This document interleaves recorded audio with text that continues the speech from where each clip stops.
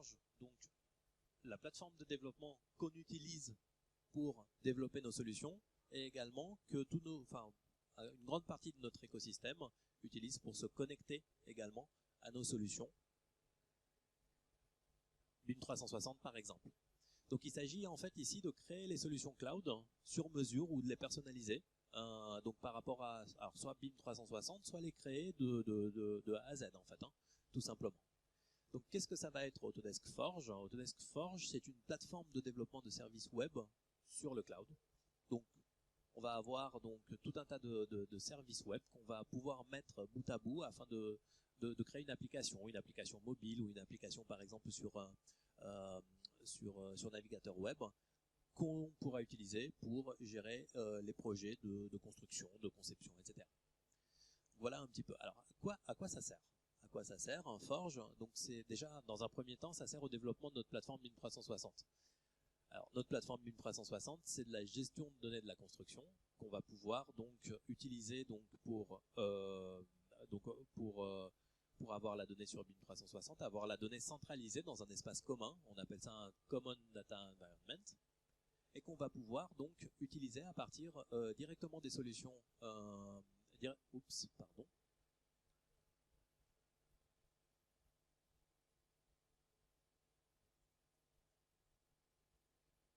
et qu'on va pouvoir utiliser donc directement à partir des solutions qui sont installées sur notre ordinateur comme AutoCAD, InfraWorks, Navisworks, mais également dans le cloud pour faire de la conception, donc de la conception instantanée, de la conception de la coordination, pour faire de l'analyse, pour gérer du chantier également, donc avec BIM 360 Build.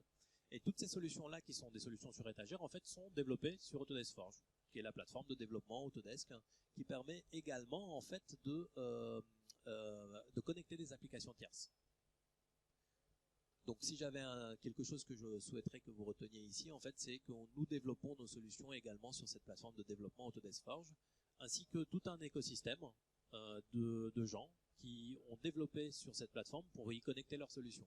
Donc typiquement, c'est ce qu'on vous montrait sur la présentation d'avant. On va pouvoir avoir donc tout un tas d'entreprises qui sont intéressées par soit fournir des données à cette plateforme, soit les extraire pour en faire autre chose, de l'étude de coûts, du chantier, du scan 3D, des choses comme ça.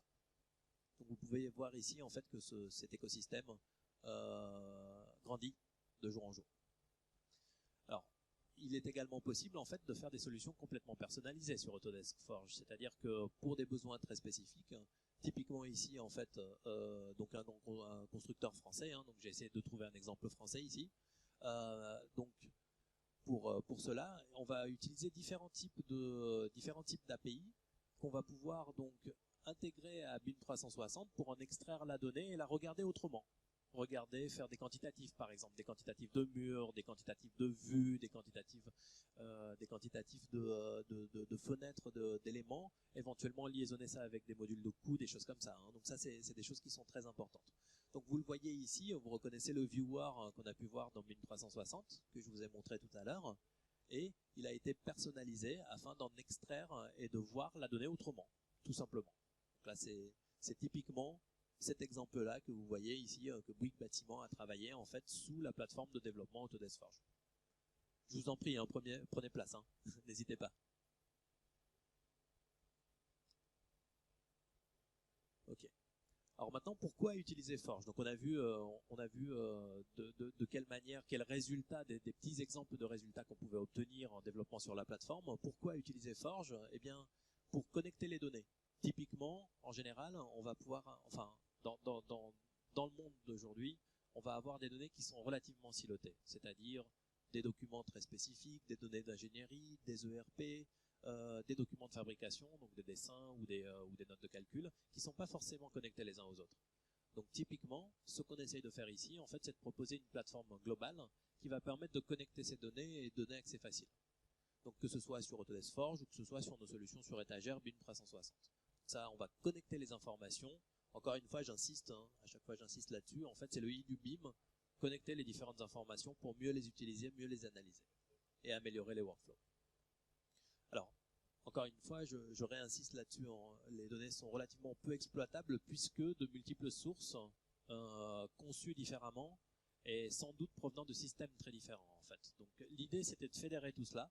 Et ce qu'on propose justement, donc pour connecter toutes ces différentes données provenant de multiples logiciels, ça va être basé sur Autodesk Forge. Encore une fois, soit les solutions sur étagère que propose Autodesk, BIM 360, soit sinon un développement très spécifique parce que besoin spécifique. Donc ça, c'est des choses qui sont tout à fait possibles. Donc, combiner différents modèles avec par exemple différents formats de fichiers qui vont pouvoir fédérer toute cette donnée. Donc voilà le pourquoi de Forge. Maintenant, comment l'utiliser? Je vous disais tout à l'heure, il s'agit d'une plateforme de développement. Donc il faut développer ou s'appuyer sur des intégrateurs qui vont savoir développer. Donc soit on a les compétences de développement en interne. Donc vous voyez ici, ce sont des langages ou des méthodologies ou des plateformes en fait permettant de développer vraiment des solutions ou des applications très orientées web. Comme vous le voyez ici, il faut avoir des compétences de développement web avec du Node.js ou du Java par exemple, qui vont vous permettre en fait d'utiliser ces différents modules, de les mettre ensemble et d'en faire quelque chose, d'en faire une application, d'en faire un programme si vous voulez.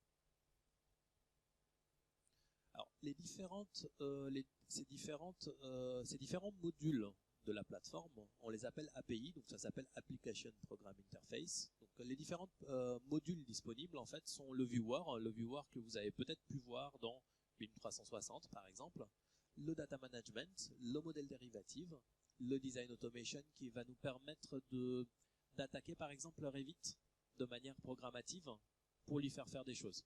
Si j'ai par exemple besoin d'insérer tout un tas de fenêtres dans un niveau d'un Revit, je pourrais éventuellement automatiser cela grâce à Design Automation, qui est l'API, la 4e API que vous voyez ici. Mais aussi pour se connecter à du nuage de points ou BIM 360 qui sont les solutions sur étagère. Alors, c'est très théorique ce que je vous ai dit jusqu'à maintenant. Maintenant, on va parler plutôt exemple pratique, parce que c'est ça qui va être beaucoup plus parlant. Donc, regardons quelques exemples. Alors, un premier exemple que vous voyez ici, en fait, a été un développement spécifique fait par un constructeur qui a utilisé le viewer d'Autodesk Forge pour y intégrer donc différents éléments du séquencement de la construction de son bâtiment, avec la grue, avec les banches pour couler les murs, etc. Et également le phasage et le coût. Donc tout ça, c'est complètement lié. Le phasage et le coût peuvent d'ailleurs provenir de programmes différents ou de bases de données différentes. Je pense notamment au phasage qui pourrait venir d'un Microsoft Project, le coût qui pourrait venir d'un programme spécifique ou d'un développement Excel qui a été fait au sein de l'entreprise et qui existe éventuellement. Tout ça, c'est liaisonnable en fait, complètement liaisonnable avec la donnée, donc avec les différents modèles et les quantités que vous pouvez voir ici en fait. Donc il s'agit d'avoir quelque chose qui ressemble donc que vous voyez ici dans le viewer, la donnée, donc un modèle Revit, mais complètement liaisonné au phasage. Donc ça a permis à cette entreprise de construction en fait de réaliser par exemple sa rotation de branche et de la liaisonner en fait avec le coût et l'impact au jour le jour, directement sur le cloud sans avoir besoin d'outils complexes, je dirais, à installer sur un ordinateur directement dans un navigateur internet. Donc ça c'était le premier exemple.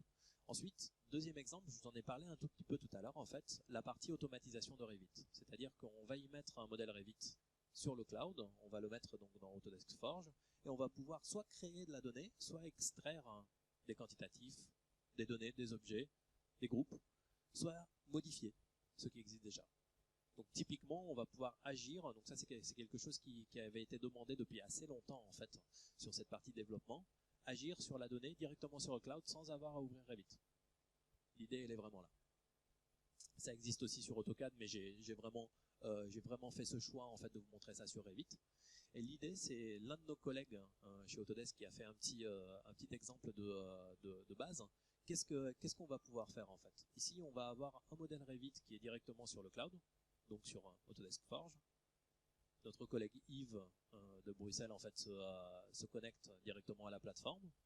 Il va pouvoir accéder, donc comme vous l'avez vu tout à l'heure, en fait au viewer, donc avec le modèle de son petit bâtiment. Là ici, voilà, c'était une gare de mémoire. On va regarder les différents paramètres donc directement à l'intérieur des objets. Donc on on va ici filtrer sur les murs. Donc ça, c'est quelque chose qui est très spécifique, enfin très classique, je dirais, en fait, sur le viewer, que ce soit dans Autodesk Forge ou dans BIM 360. L'idée maintenant, en troisième étape, ça va être d'extraire la donnée. Donc typiquement, le degré coupe-feu d'une porte, je pense que c'est, de mémoire, c'est de ça que parle l'exemple. Donc il s'agit d'une propriété d'un élément. Hein. Ici, c'est le degré coupe-feu d'une porte. On va les modifier dans Excel. Donc on peut s'imaginer un workflow assez typique où on va faire valider ou alors faire remplir en fait les différentes propriétés de nos maquettes par d'autres sociétés ou d'autres corps d'état par exemple. Et une fois rempli, reçu le fichier Excel, on va pouvoir le réimporter directement. Et donc on n'est pas du tout passé par Revit, mais on a rempli en fait les différentes propriétés dans le modèle qui est directement sur le cloud. L'avantage qu'il soit sur le cloud, c'est que non seulement il est facilement accessible, mais en plus il est accessible à tout le monde. Parce que typiquement, on va pouvoir y accéder très facilement via juste un Google Chrome par exemple, un navigateur internet quelconque, ou pourquoi pas des applis mobiles. Donc sur une tablette ou un téléphone, un smartphone par exemple sur site. Donc l'avantage du cloud, il est là. Hein. C'est l'accessibilité, la facilité d'accès et l'environnement de données unique. Là, ce qu'on est en train de vous montrer, en fait, c'est les propriétés sur les différents éléments. Donc là, les portes, en fait, qui ont été modifiées suite à l'import de l'interaction avec Excel. Donc vous voyez un coupe-feu 2 heures ici sur ces éléments-là.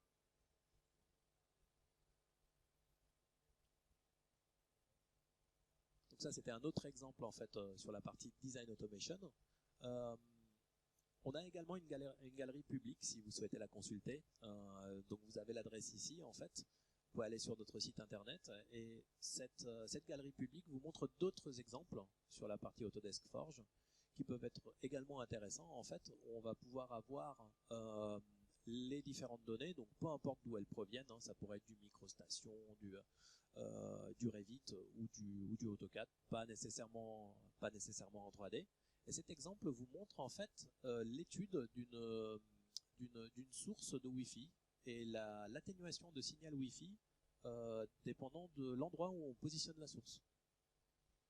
Sur le plancher de bureau ou dans un appartement par exemple. Donc l'idée c'est, vous voyez, c'est pas juste de la visualisation et de l'extraction de données, mais c'est également éventuellement de l'analyse de ces données. C'est-à-dire qu'on a les différents paramètres d'atténuation des murs, et le signal va être calculé en fonction de ces différentes atténuations et de la position de la source. Là, c'est encore un autre exemple, plus orienté industriel, donc on a fait exprès en fait de présenter ça également pour sortir un petit peu des exemples de bâtiments, où on va avoir le modèle qui est complètement liaisonné, donc là c'est l'Internet des objets, liaisonné à des capteurs de température, d'accélération, de luminosité, et on va pouvoir voir les différents incidents éventuellement qui ont été créés donc avec un système éventuel de ticketing qui peut être externe et liaisonné avec Forge. Donc de l'internet des objets tout simplement au milieu industriel pour pouvoir contrôler différents paramètres. Ou alors s'appuyer donc sur des exemples également industriels dans ce cas-là. En fait, on va pouvoir juste voir la donnée autrement. Plutôt que de l'avoir en 3D, chose que vous avez à gauche, on va également y additionner en fait un système de dashboarding qui va permettre de voir par exemple le statut de l'installation, de la réparation, de l'exploitation sur certains éléments. Donc typiquement accéder à la donnée de plusieurs manières et de manière cohérente afin de l'analyser, éventuellement sortir des logs, sortir des rapports pour pouvoir vérifier ce qui s'est passé. Donc là typiquement on est en train de visualiser ce qui a été installé sur site ou pas par rapport au modèle 3D. Donc un gros avantage en termes de non seulement visualisation, mais également d'analyse de la donnée et d'utilisation de ces dernières données.